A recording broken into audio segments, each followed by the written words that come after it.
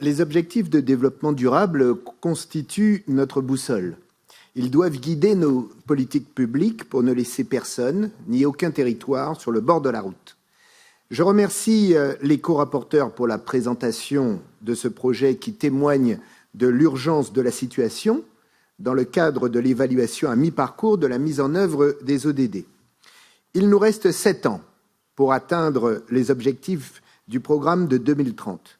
Dès lors, nous devons résolument être dans l'instant présent et dans l'action à court terme. Je reprends à mon compte la demande à la Commission européenne de présenter une stratégie globale pour réaliser les 17 ODD ainsi que leurs 169 sous-objectifs. Cette stratégie doit contenir un nouveau cadre de gouvernance au sein de la Commission pour assurer une approche intégrée, un calendrier précis pour accompagner de mesures concrètes, un plan ambitieux de financement pour réaliser ces ODD. Pour atteindre notre cap, il faut également améliorer la légitimité sociale de notre action.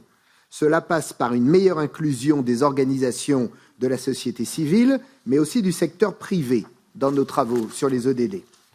Il est vital que l'Union européenne garde son rôle de fer de lance au niveau international pour la mise en œuvre des ODD. Je pense notamment à l'appui technique que nous pouvons apporter aux pays du Sud, mais aussi à l'aide au développement de nos partenaires et singulièrement le continent africain. L'Union européenne doit aussi avoir un rôle moteur dans les instances internationales, telles le Forum politique de haut niveau pour le développement durable de 2023 et le sommet sur les ODD. À cet égard, je salue l'engagement pris par la Commission européenne de présenter le premier rapport d'examen volontaire de l'Union.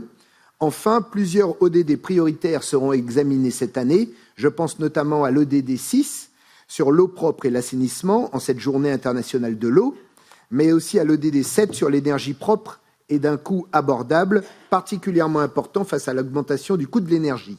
J'apporterai la semaine prochaine sur ces points des propositions d'amendement afin que nous puissions adopter ensemble un texte encore plus ambitieux.